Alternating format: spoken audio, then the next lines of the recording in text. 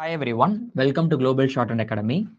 இந்த வீடியோவில் நம்ம எதை பற்றி பார்க்க போகிறோம் அப்படின்னா, இங்கிலீஷ் ஷார்ட் அண்ட் சீனியர் கிரேடில் செகண்ட் பேப்பரில் நம்மளுக்கு வந்து ஒரு 20 மார்க்குக்கு வந்து ஃப்ரேசஸ்லேருந்து ஃப்ரேசஸ் கேட்பாங்க. ஆக்சுவலாக ஃப்ரேஸ் கொடுத்துட்டு அதுக்கு என்ன ஸ்ட்ரோக்ஸ்ன்னு சொல்லிட்டு கேட்பாங்க. ஓகே, நம்ம இதுக்கு முன்னாடி வந்து பிஸ்னஸ் ஃப்ரேசஸ் பார்த்துருக்கோம், பொலிட்டிக்கல் ஃப்ரேசஸ் வந்து பார்த்துருக்கோம், அதுக்கப்புறமா வந்து பேங்கிங் ஃப்ரேசஸ் வந்து பார்த்துருக்கோம், அதுக்கப்புறமா ஸ்டாக் புரோக்கிங் ஃப்ரேசஸ் சொல்லிட்டு பார்த்துருக்கோம். இன்னைக்கு நம்ம அந்த வரிசையில இன்சூரன்ஸ் ஃப்ரேசஸ் வந்து பார்க்க போறோம். இன்சூரன்ஸ் ஃப்ரேசஸ் இது கூடவே வந்து பாத்தீங்கன்னா ஷிப்பிங் ஃப்ரேசஸ்ன்னு சொல்லிட்டு இருக்கு. நம்ம அதை அடுத்த வீடியோல வந்து பார்க்கலாம். இன்சூரன்ஸ் ஃப்ரேசஸ் வந்து Pitman short and instructor book, பழைய புக்ல வந்து chapter 39. Okay, chapter 39 page number 248 இதெல்லாம் நீங்க வந்து பார்க்கலாம். ஓகே, அதில் இருக்கிற ஃப்ரேசஸ்லாம் ஒன் பை ஒன் நம்ம வந்து பார்ப்போம். ஃபர்ஸ்ட் என்ன ஃப்ரேஸ் வந்து இருக்குன்னா, accident insurance company. Okay, insurance company அதை தான் வந்து சொல்லியிருக்கிறாங்க. ஆக்சிடென்ட்டுக்கு வந்து ஆக்சிடென்ட் ஸ்டோக்கே நம்ம ஃபுல்லாக எழுதிடுறோம். ஓகே, இன்சூரன்ஸ்க்கு வந்து ஷாவும் எஸ் சர்க்கிளும், அப்புறமா கம்பெனிக்கு கே. ஓகேங்களா, accident insurance company. Next approximate rate of premium. Okay, நம்ம ஒரு இன்சூரன்ஸ் பாலிசி எடுக்கிறோம்னா மந்த்லி நம்ம ஒரு அமௌண்ட் பே பண்ணணும். அதை தான் ப்ரீமியம்னு சொல்லிட்டு சொல்லுவாங்க. ஸோ அப்ராக்சிமேட்டாக எவ்வளோ வரும் அப்படின்றது தான் அப்ராக்சிமேட் ரேட் ஆஃப் ப்ரீமியம் அப்படின்னு சொல்லிட்டு சொல்றாங்க. இதே எப்படி எழுதுறாங்க பாருங்க. அப்ராக்சி, அதுக்கு வந்து அப்ராக்சி இது வரைக்கும் எழுதியிருக்கிறாங்க. ஓகேங்களா, இது ஏன் கீழே எழுதியிருக்காங்கன்னா அது கூட ரேட் ஆட் பண்ணணும், ஜாயின் பண்ணணும். அதனால வந்து கீழே என்ன சர்க்கிள் மாதிரி போட்டிருக்கிறாங்க. ஸோ அது கூட அப்படியே ரேட் ஆட் பண்றோம். அப்ராக்சிமேட் ரேட் ஆஃப் ஒமிஷன், ப்ரீமியமுக்கு ஒரு பர்ரு ஒரு M. Approximate rate of premium. Next automatic sprinklers அப்படின்னு சொல்லிட்டு ஒரு வார்த்தை வந்திருக்கு. ஸ்ப்ரிங்க்லர்ஸ் அப்படின்னா ஃபயரை வந்து ஃபயர் ஆக்சிடென்ட்லாம் தடுக்கிறதுக்கு வந்து பில்டிங்ஸ்லாம் ஸ்ப்ரிங்க்லர்ஸ் வச்சிருப்பாங்க. அது ஃபயரை டிடெக்ட் பண்ணி தண்ணி ஊற்றும் இல்லையா, மூவிலலாம் நீங்கள் பார்த்துருப்பீங்க, ஷாப்பிங் மாலெல்லாம் வந்து இருக்கும். அதுதான் ஆட்டோமேட்டிக் ஸ்ப்ரிங்க்லர்ஸ் அப்படின்னு சொல்லிட்டு சொல்றாங்க.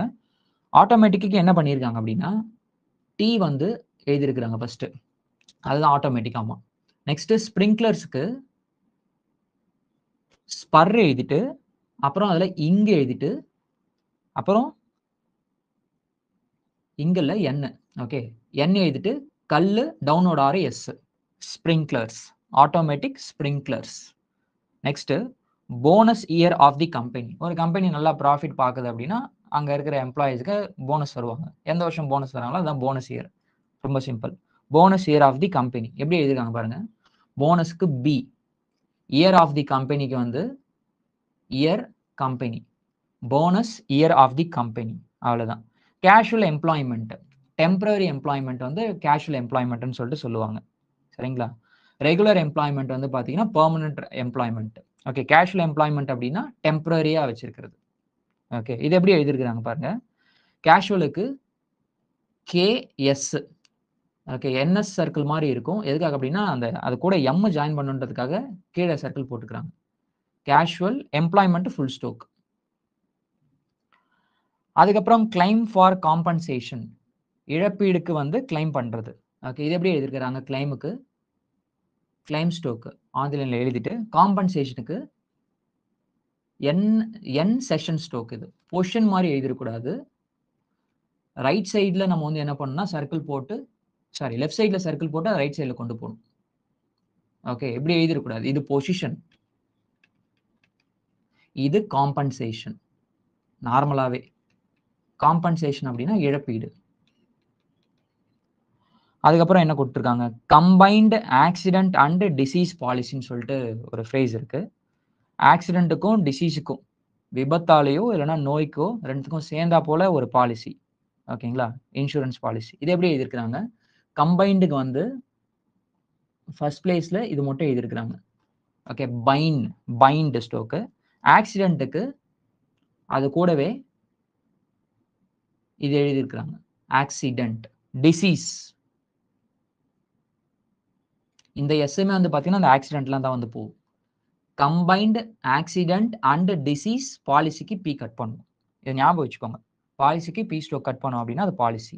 டேமேஜ் பை ஃபயர் ஃபயரால ஏற்பட்ட டேமேஜ். இது எப்படி எழுதியிருக்காங்க? ஃபர்ஸ்ட் பிளேஸ்ல டைம் மாரி ஸ்ட்ரோக் போட்டுட்டு, ஓகே, ஃபயருக்கு FR, damage by fire. Damage to premises, அவங்களுடைய கம்பெனி. பிரிமிசஸ்னா நிறுவனம், கம்பெனி, கட்டிடம் இந்த மாதிரி சொல்லலாம்.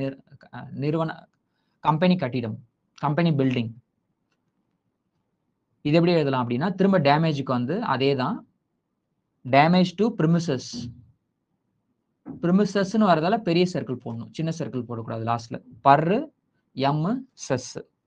Next damage to tyres. இது டேமேஜ் டு பிரிமிசஸ், இது damage to tyres.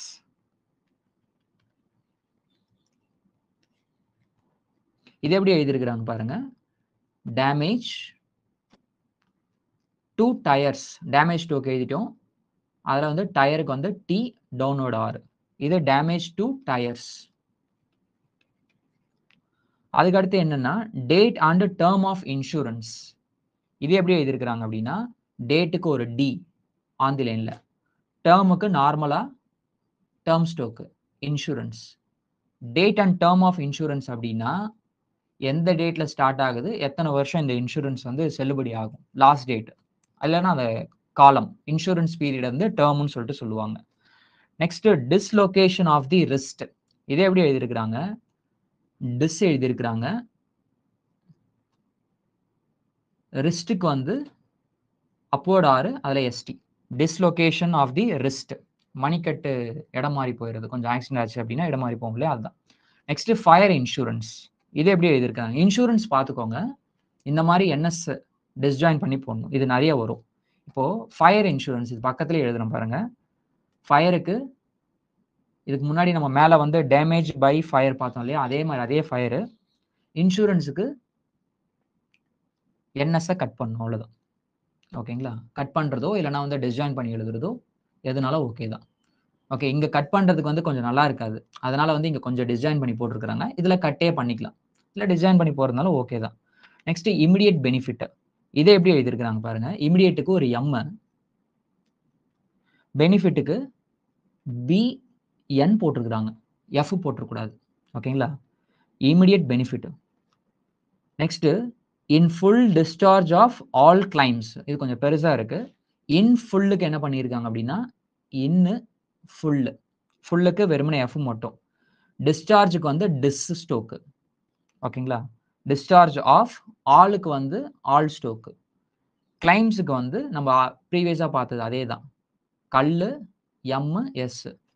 In full discharge of all claims, எல்லா கிளைமையும் வந்து என்ன பண்ணியாச்சு, செட்டில் பண்ணியாச்சு அப்படின்றது தான் in full discharge of all claims அப்படின்னு சொல்லிட்டு சொல்லுவாங்க. Next இன்கம்பஸ்டபிள் materials. இன்கம்பஸ்டபிள் அப்படின்னா தீப்பிடிக்காத அப்படின்னு சொல்லிட்டு மீனிங். ஓகேங்களா? ஸ்பெல்லிங் பாருங்க. இன்கம்பஸ்டபிள் மெட்டீரியல்ஸ். இது எப்படி எழுதியிருக்கிறாங்க அப்படின்னா, இன்கம்பஸ்டபிள் மெட்டீரியல்ஸ்க்கு எம் டபுள் பண்ணி அதில் எல்எஸ் போட்டு முடிச்சுட்டு இருக்காங்க. இன்கம்பஸ்டபிள் மெட்டீரியல்ஸ். Next insurance company. இப்படி வரப்ப இன்னு இஷ்யூ எஸ் சர்க்கிள், கம்பெனிக்கு கே கட் பண்ணிட்டாங்க.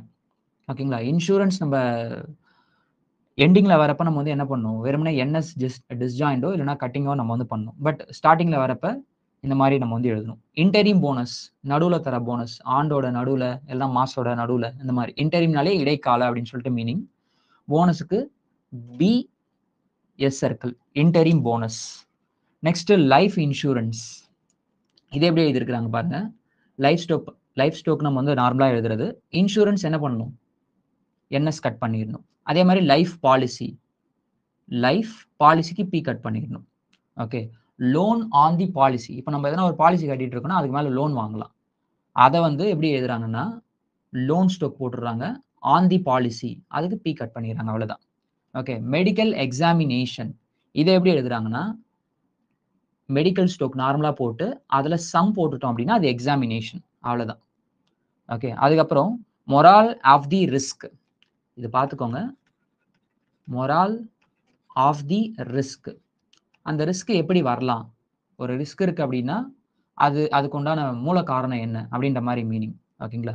இது எப்படி எழுதுறாங்க, மொரால் எம் ஆறு எல் எழுதணும். ரிஸ்க்குக்கு வந்து ஆரை வந்து கட் பண்ணிடணும், ray. Okay, moral of the risk. Motor car, normal car தான் மோட்டார் காருன்னு சொல்றாங்க. மோட்டார் பைக்கு, இன்ஜின் இருக்கிற காரு, அவ்வளவுதான். எல்லா வண்டிக்கும் இன்ஜின் இருக்கும் சொல்றேன். மோட்டார் பைக்கு, மோட்டார் காருன்ற மாதிரி. எம் டபுள் பண்ணிட்டு கர், இது மோட்டார் கார். இந்த மாதிரி தான் வரும் எக்ஸாமுக்கு. நெக்ஸ்ட் வந்து negligence of the chief engineer. Chief இன்ஜினியரோட கவனக்குறைவு. நெக்லிஜென்ஸ் அப்படின்னா கவனக்குறைவு அப்படின்னு சொல்லிட்டு சொல்லலாம். இது எப்படி எழுதியிருக்கிறாங்க? நெக்லிஜென்ஸ்க்கு எண்ணு, கல்லு, அப்புறமா வந்து இதுதான் negligence of the chief engineer. Okay, நெக்லிஜென்ஸ்க்கு வந்து எண்ணு, கல்லு எஸ், சீஃப் அதுக்கு வந்து பாத்தீங்கன்னா இச்சு எஃப், இன்ஜினியருக்கு வந்து எண்ணு இஜ். ஓகேங்களா, இஜ். Negligence of the chief engineer. அந்த சவுண்டுக்கு ஏற்ற மாதிரி நீங்க லைட் டார்க் வந்து போட்டுக்கணும். ஓகே, இங்க நீங்க ஸ்க்ரீன்ல பார்க்குறப்ப எல்லாமே லைட்டா இருக்கிற மாதிரி தெரியும். ஓகே, அந்த ஃப்ரேஸ் பார்க்குறப்ப இந்த சவுண்டு தான் இது அப்படின்னு சொல்லிட்டு என்ன பண்ணணும், நீங்க வந்து இந்த இஜ்லாம் கொஞ்சம் அழுத்தி எழுதணும். நெக்லிஜென்ஸ் அப்படின்னு சொல்லிட்டு சொல்றப்ப நெக்லி, இதை வந்து கல்ல வந்து கொஞ்சம் அழுத்தி எழுதணும். Next ordinary accident policy. Okay, accident policy இதை வந்து எப்படி எழுதுறாங்கன்னா, ஆர்டினரிக்கு டவுன்வர்ட் ஆர் வந்து ஹால் பண்ணி எழுதியிருக்கிறாங்க, ஆக்சிடென்ட் ஸ்ட்ரோக் எழுதியிருக்கிறாங்க, பாலிசி வந்து பக்கத்துல பி ஸ்ட்ரோக் வச்சுட்டு இருக்கிறாங்க, அவ்வளவுதான். கட் பண்ணலாம், ஆர் எப்படி பக்கத்துல வச்சுட்டு இருக்கிறாங்க, நீங்க பக்கத்துலயே வச்சிருங்க. Next personal accident insurance. இது எப்படி எழுதியிருக்கிறாங்கன்னா, பர்சனல் ஸ்ட்ரோக் எழுதிருங்க. பர்சனல் ஆக்சிடென்ட்டுக்கு கேஎஸ், இன்சூரன்ஸ்க்கு என்எஸ். Personal accident insurance. சரிங்களா? அதுக்கப்புறம் என்னன்னா பர்சனல் இன்ஜுரி, அதே தான். பர்சனல் ஸ்ட்ரோக் எழுதுறீங்க, இன்ஜுரிக்கு வந்து ஜே ரி, அதை மட்டும் போட்டுட்டா போதும். ஓகேங்களா? Next policy is declared void. Policy செல்லுபடி ஆகாது அப்படின்றதான் பாலிசி இஸ் டிக்ளேர்டு வாய்டு அப்படின்னு சொல்லிட்டு சொல்றாங்க. செல்லுபடி ஆகாது, பாலிசி இஸ் டிக்ளேர்டு வாய்டு. இதை எப்படி எழுதுறாங்க பாருங்க, பாலிசிக்கு பி கட் பண்ணிடுறாங்க, டிக்ளேர்டுக்கு வந்து டேவும் கல்லும் போட்டாங்க, வாய்டுக்கு வந்து விஏ ஹால் பண்ணியாச்சு, அவ்வளவுதான். Next policies R declared void. எதுவுமே இல்லை, இங்க வந்து ப்ளூரல் வந்திருக்கிறதால, பாலிசிஸ்னு வந்திருக்கிறதால இங்க ஆர் வரும். அப்ப நம்ம இங்க ஒரே ஒரு சின்ன டிஃபரெண்ட் தான், பாலிசிஸ் டிக்ளேர்டு வாய்டு, அவ்வளவுதான். ஓகேங்களா? Next proposal form received. இதை வந்து எப்படி எழுதியிருக்கிறாங்க, ப்ரப்போசல் ஃபுல் ஸ்டோக்கு, ஃபார்முக்கு எஃப் கட் பண்ணியிருக்கிறாங்க, ரிசீவ்டுக்கு நம்ம சேவ்டு ஸ்டோக் மாதிரி ஒரு எஸ் சர்க்கிள், பி வந்து ஹால் பண்ணியாச்சு. Proposal form received. இது வந்து குயின்குயினியல் வேல்யூவேஷன் அப்படின்னு சொல்லிட்டு ஒரு வார்த்தை. இது என்ன புதுசா இருக்குன்னு நினைக்க வேண்டாம், நான் ஸ்பெல்லிங் எழுதுறேன். குயின்குயினியல், இது கேட்கலாம், கொஞ்சம் டிஃப்ரெண்டா இருக்கு, சரி கேட்போம் ஸ்டூடெண்ட்ஸ் தெரியுதா அப்படின்னு சொல்லிட்டு. என்ன அப்படின்னா, ஒரு இன்சூரன்ஸ் கம்பெனிக்குமே ஓகே என்ன பண்ணுவாங்கன்னா, ஒரு 5 வருஷத்துக்கு ஒரு வாட்டி அதனுடைய ஃபினான்ஷியல் ஹெல்த்தை வந்து செக் பண்ணுவாங்களாமா.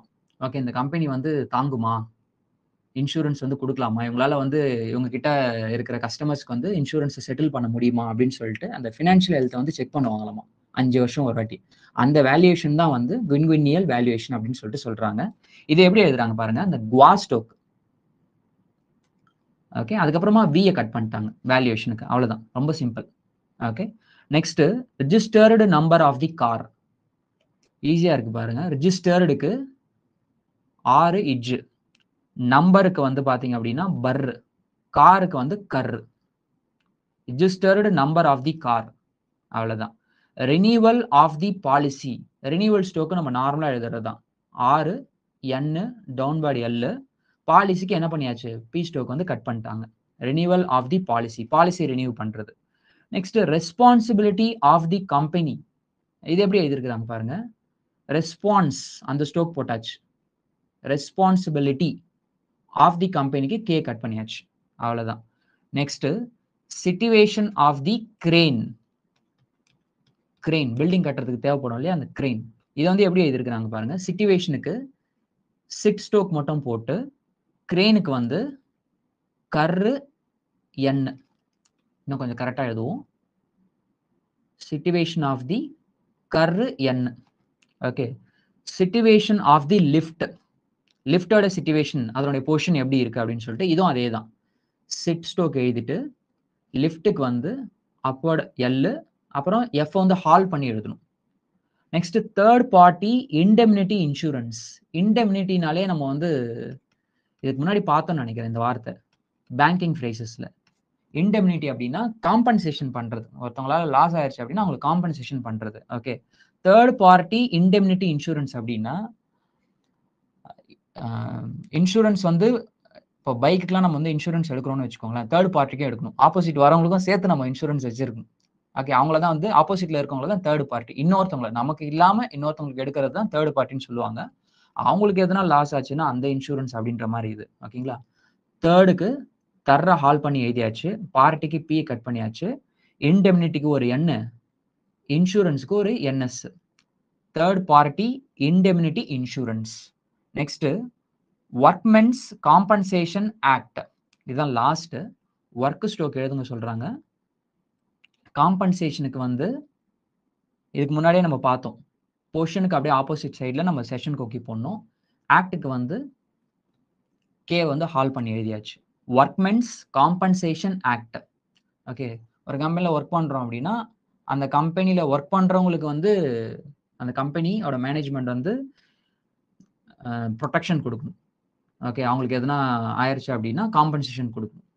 ஸோ அந்த ஆக்டை பற்றி பேசுறது ஒர்க்மென்ஸ் காம்பன்சேஷன் ஆக்ட். இதோட இன்சூரன்ஸ் ஃப்ரேசஸ் வந்து முடியுது.